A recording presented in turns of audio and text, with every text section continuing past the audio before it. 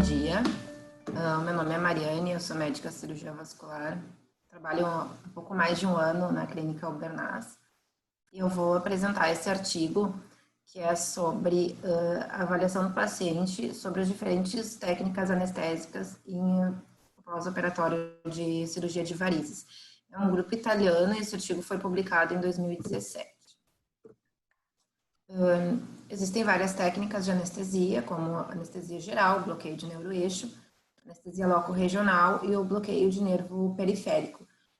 Mas não tem estudos que evidenciam assim, uma superioridade de uma técnica em relação à outra, em relação à complicação, dor, recuperação pós-operatória e a satisfação da técnica pelo paciente, né, na avaliação do paciente. A anestesia local, ela tem estudos que mostram resultados comparáveis à anestesia geral.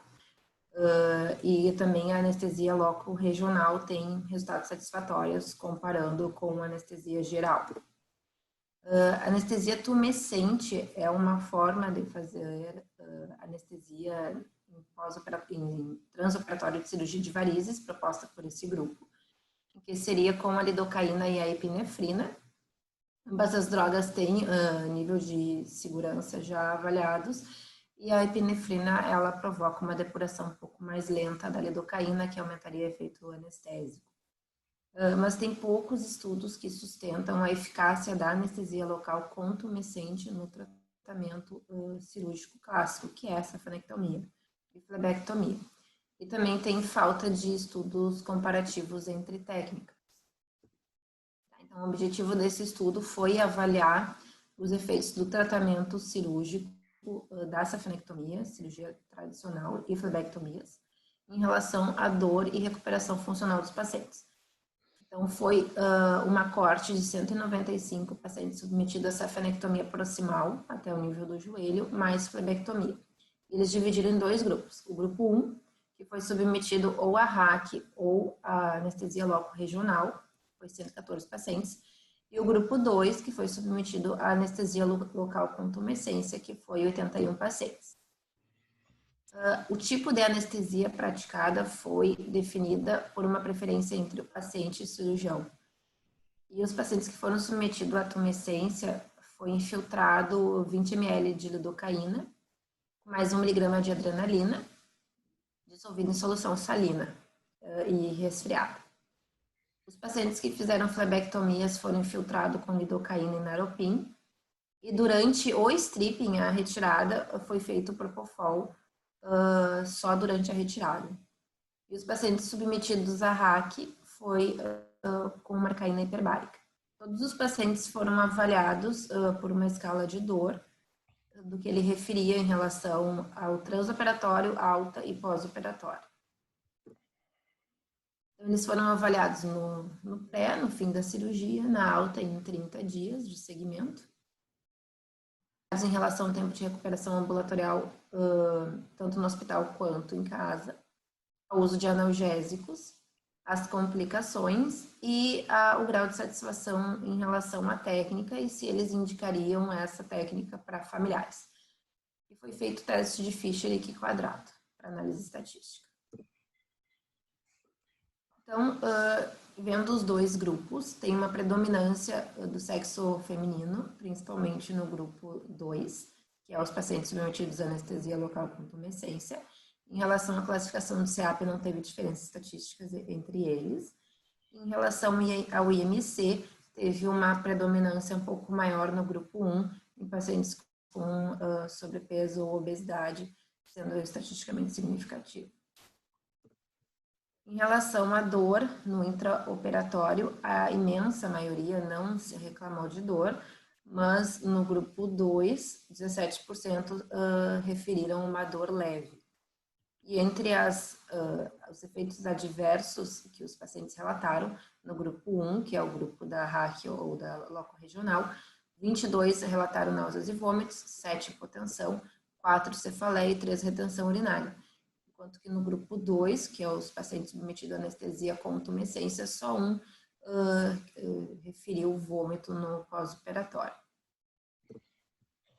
Em relação ao resultado do pós-operatório imediato, Os pacientes que tiveram alta com 6 horas foi predominantemente maior no grupo 2 e em 12 horas também, sendo estatisticamente significativo. Mas em relação ao uso de drogas analgésicas durante a hospitalização, não teve diferença estatística entre os dois grupos.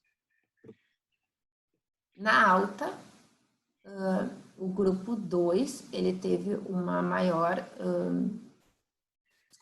o grupo 2, ele teve menos dor no momento da alta, mas isso não foi estatisticamente significativo, comparando os dois grupos. E no resultado de 30 dias, em relação à dor, também não teve diferença em estatísticas nem em relação ao uso de analgésicos.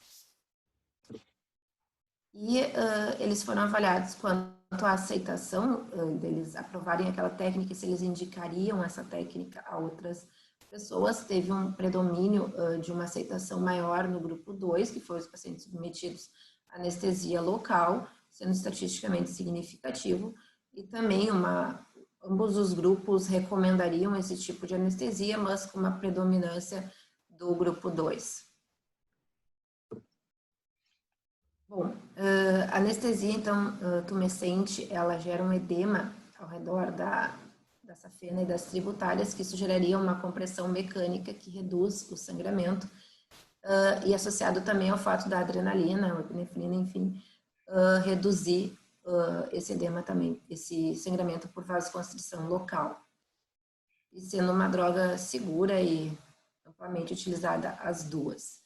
E a solução esfriada a 4 graus também reduziria o sangramento por estimular a vasoconstrição. Como eu comentei, nesse grupo 2, os pacientes durante a retirada, o stripping, eles foram submetidos à sedação com propofol. E a sedação profunda, com propofol, mais anestesia local, ela dá um melhor conforto para o paciente e uma menor sensação de dor. Tem um estudo em que eles tiveram uma taxa de 40% de pacientes que foram submetidos à anestesia tumescente apenas, mas que no momento da retirada da safena eles tiveram dor e aí sim necessitaram ou de uma analgesia mais pesada, intravenosa, ou uma sedação. Em relação às críticas ao estudo, é um estudo de corte de 30 dias de segmento.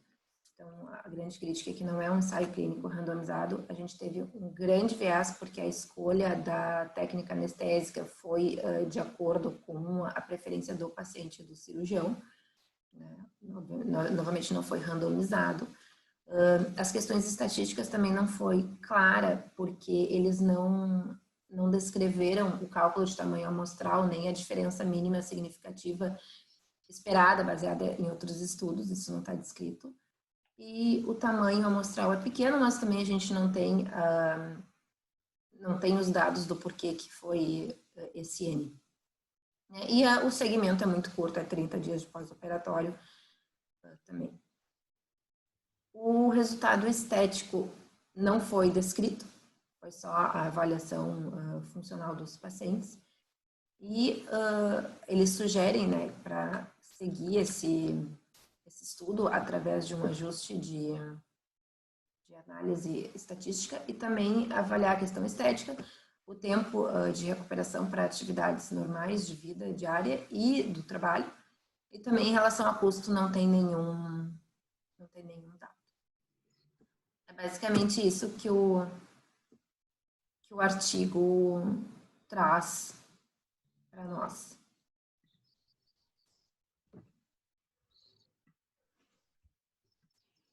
Muito bom. E tu quer fazer um comentário pessoal? Bom, tu fez essas críticas, né? Tu gostou particularmente do artigo, Mariane?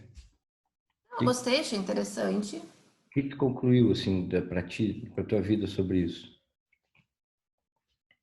Que, na visão do paciente, a recuperação é quase que semelhante à técnica de hack, que usualmente é feita, mas não é um estudo desenhado estatisticamente ideal, né? O ideal seria randomizar. Muito bom. Eu acho que poderia interromper o compartilhamento de tela, que aí a gente pode mostrar todos os participantes. Isso aí, legal. Esse artigo foi... Esse fim de semana eu estive em São Paulo fazendo o curso de óxido nitroso, fazendo o encerramento, e esse foi um dos artigos sugeridos pelo grupo para a gente ver como é interessante a diferença que foram, apesar de ter vários vieses e não ser um estudo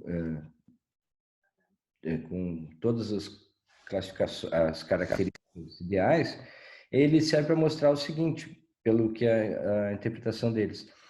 O grupo que fez anestesia local, ele teve mais dor moderada e leve, se não me engano. E o grupo que fez hack não teve dor.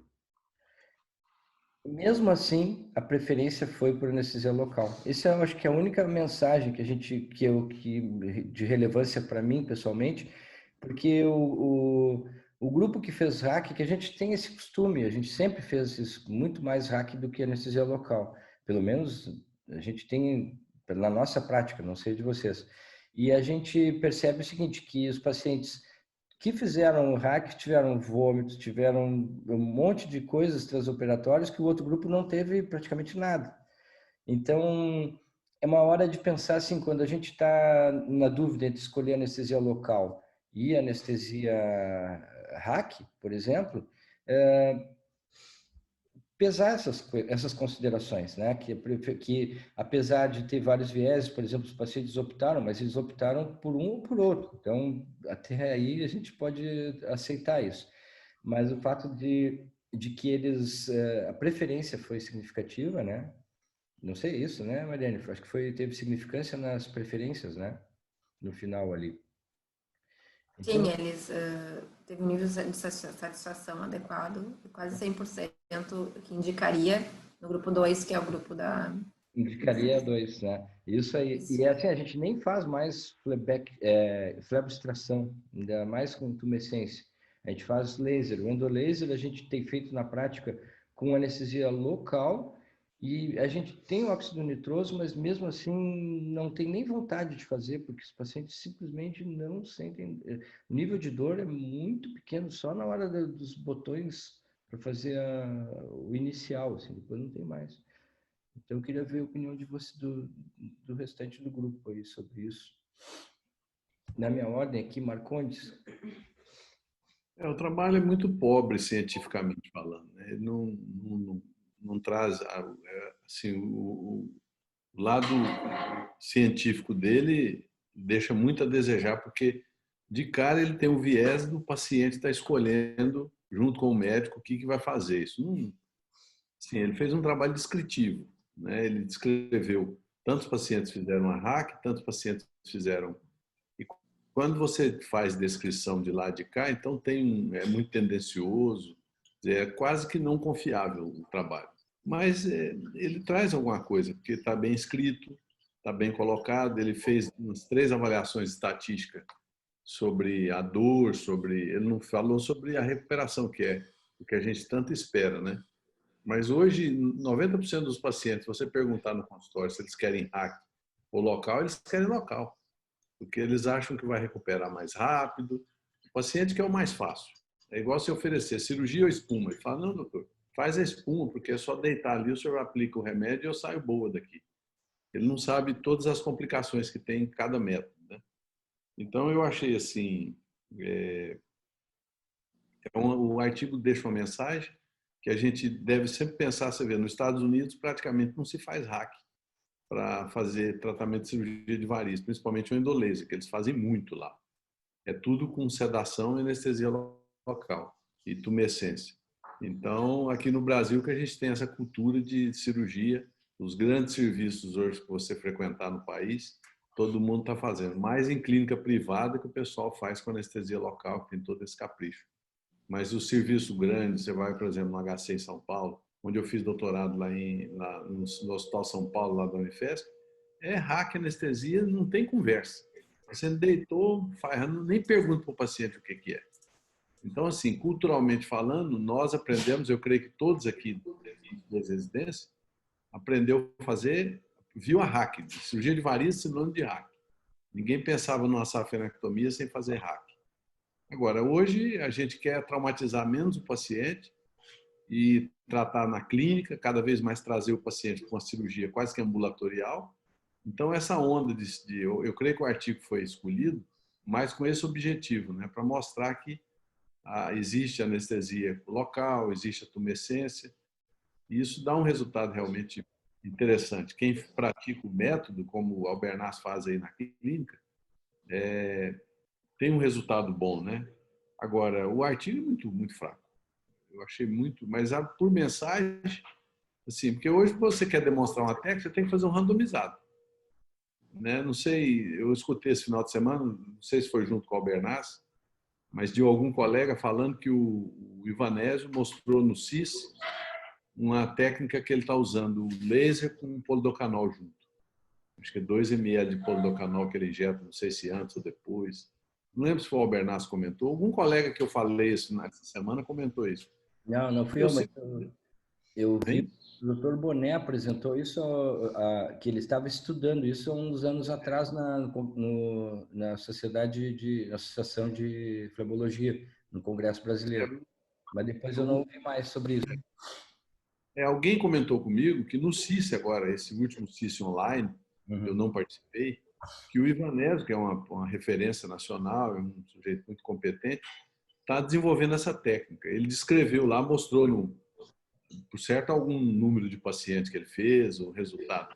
Mas eu simplesmente rebati da seguinte maneira: olha, para ele demonstrar isso e começar a praticar, ele tem que comparar com o gold standard, que é a safenectomia tradicional.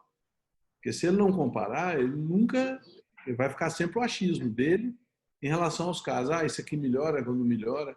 Ele tem que fazer um estudo comparativo, randomizado, senão esquece. Não é método para ser tudo, você tem que levar ao gold standard, que teoricamente o gold standard nosso hoje ainda é a safenectomia. Apesar de que o endolaser é considerado recomendação 1B, né, Bernardo? Não lembro. O endolaser um B americano e um A europeu. O endolaser cresceu demais, o método. Então era isso, esses comentários que eu tinha que fazer, mas gostei dos slides, estão bem clean, estão bem colocados. A menina que apresentou, a Mariane, né? Isso. Mariane sabe falar, sabe apresentar, não fez aquela coisa poluída, ficou lendo o slide. Ela colocou muito bem, parabéns. Obrigada. Muito bem, então vamos assim, a gente está um pouco estourado no tempo, tá? Aqui meu plano é a gente terminar em 30 minutos. Eu vou pedir para Fernando, Daiane e o Álvaro tentar fazer a consideração mais rápida para a gente poder fazer uma conclusão geral do grupo aí. Então, Fernanda, próximo, o que é o teu comentário? Oi.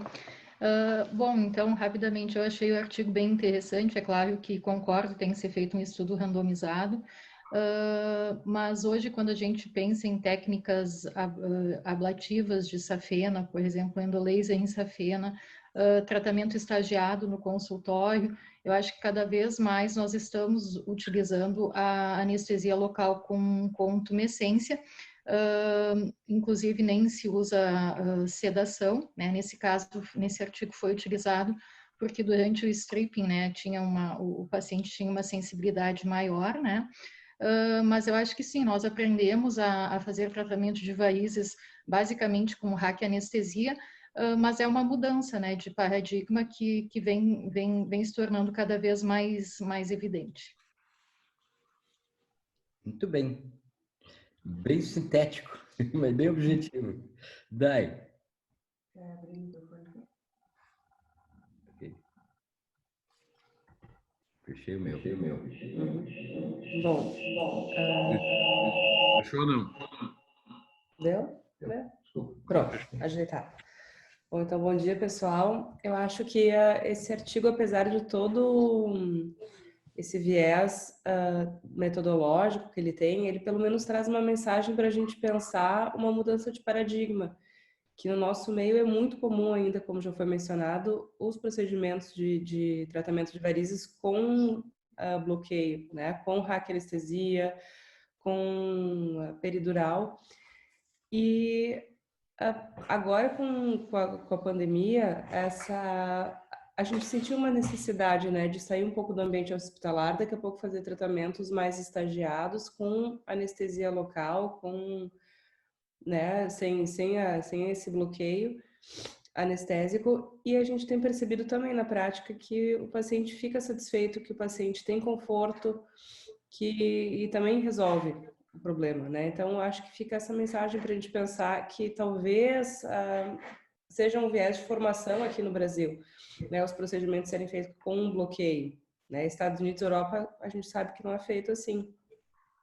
Na PUC, lá onde eu fiz a pós-graduação de flebologia, lá eles já fazem um bom tempo, né? Com a Mariane também passou por lá, eles fazem já é utilizada a anestesia local e uma sedação com propofol. E a gente vê que os resultados são tão bons quanto com bloqueio. Muito bom. Obrigado, Dai, também. E é legal porque a gente tem o aspecto prático de tudo isso, né? Dos nossos pareceres. Dr. Álvaro Galvão, direto de Ji-Paraná, nos prestigiando aqui, porque por fuso horário está 1 hora mais cedo. Exatamente. Parabéns, Mariane, pela sua apresentação. Acho que os que me antecederam falaram praticamente tudo. O Marcondes falou muito bem a respeito do trabalho. Realmente, ele não é um trabalho muito completo, ele não é um estudo clínico randomizado. Eu só vou acrescentar um pequeno detalhe para ser rápido aqui. Não houve nenhum comentário a respeito da estrutura clínica hospitalar usada e também não se falou a respeito da equipe que participa para fazer esses procedimentos, se faz com um médico, dois médicos, se faz com o uso da anestesista ou não, porque quando a gente tem a presença do anestesista, nós temos uma influência muito importante. Existem influências positivas e existem influências negativas da presença do anestesista. Dentre elas, a questão de custo, a relação do médico ter que fazer a marcação um pouco mais às pressas, porque o anestesista está próximo. Então, assim, são situações que dentro da clínica privada, até a escolha que o paciente vai fazer está associada à relação financeira que o paciente disponibiliza, porque hoje os anestesistas na clínica privada fazem um custo, por exemplo, aqui de Paraná, aqui em Rondônia, eles cobram 40% do valor do cirurgião. Então, isso onera muito a presença do anestesista. Então, acaba sendo um fator importante a ser colocado. Claro que tem que ter uma estrutura clínica hospitalar adequada para poder ter uma recuperação pós-anestésica correta. No trabalho, ele fala a respeito de alta com menos de 12 horas ou com mais de 12 horas. Então, assim, se é feito numa clínica, esse trabalho, essas cirurgias têm que ser feitas sempre pela manhã. Se é feito num hospital, já pode ser feito pela tarde, porque fica internado. São detalhes que acabam não sendo colocados no trabalho. Mas como todos me antecederam falaram, ela é uma técnica, é uma forma da gente avaliar que é factível e é muito bom fazer o procedimento com anestesia local. Eu tenho feito isso e tenho sido muito feliz. As escolhas são muito boas e os resultados têm sido bons, tais quais o trabalho mostra. Ele é muito fiel na questão de resultado. Eu acho que ele foi bem claro. Então tá, que bom a posição de todos. Nós então vamos agradecer a todos por essa apresentação. Lembrando assim que tudo isso que eu acho que a gente está falando são para casos que são possíveis de fazer com anestesia local, né?